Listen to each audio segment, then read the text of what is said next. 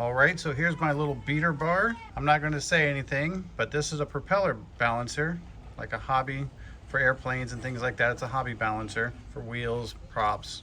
I use it for weapon bars and weapons, and you can see that this is quite out of balance. So I have two options.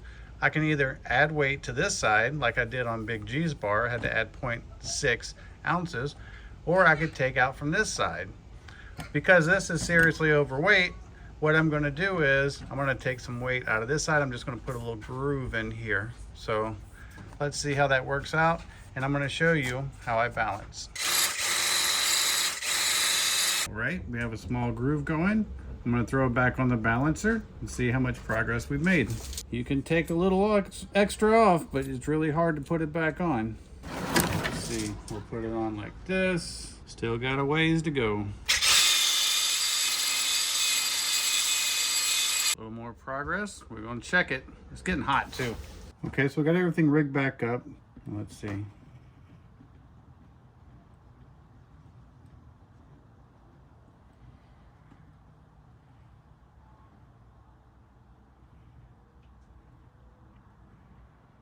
So as we can see, it's still too heavy on this side. We just have to go back to cutting our groove on this side. You can see the side profile. I have plenty of meat, especially for a 1 pounder.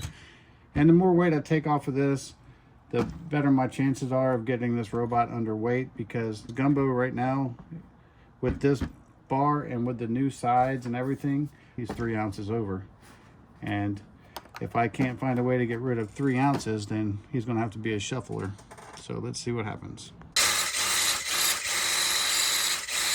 All right, so after a lot of going back and forth, you can see the groove that we ended up with inside the bar.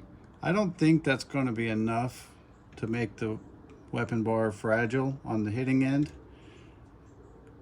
especially after a hard net. This is S7 tool steel, so I think it's going to be okay. This side, it just looks shinier. You really can't tell I took anything off. I had to do a little bit of going back and forth to get it just right, but like I said, balancing is just one of the things I like to do, and you can tell that it doesn't really have a preference any longer as to how it sits. It's just kind of, you can almost just stop it anywhere and it's going to stay nice and balanced. And then even on this, if I spin it super fast, you can see it's not hopping or bouncing or trying to come off anyway. I'm gonna get the other beater bar real quick.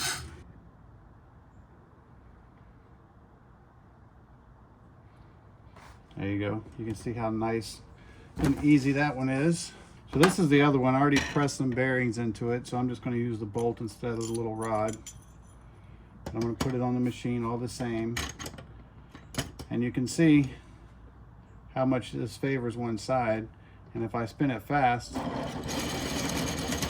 can see how much vibration and shake by this being out of balance. Just spin it fast.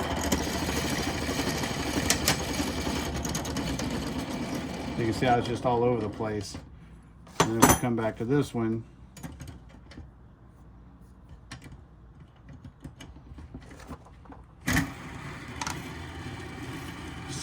So much better.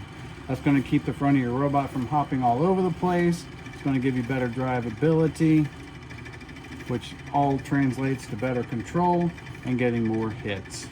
I hope this kind of displays the importance of making sure that your weapon is very balanced. If you have any questions, drop them in the comments. If you like content like this, leave us a like, subscribe to our channel even.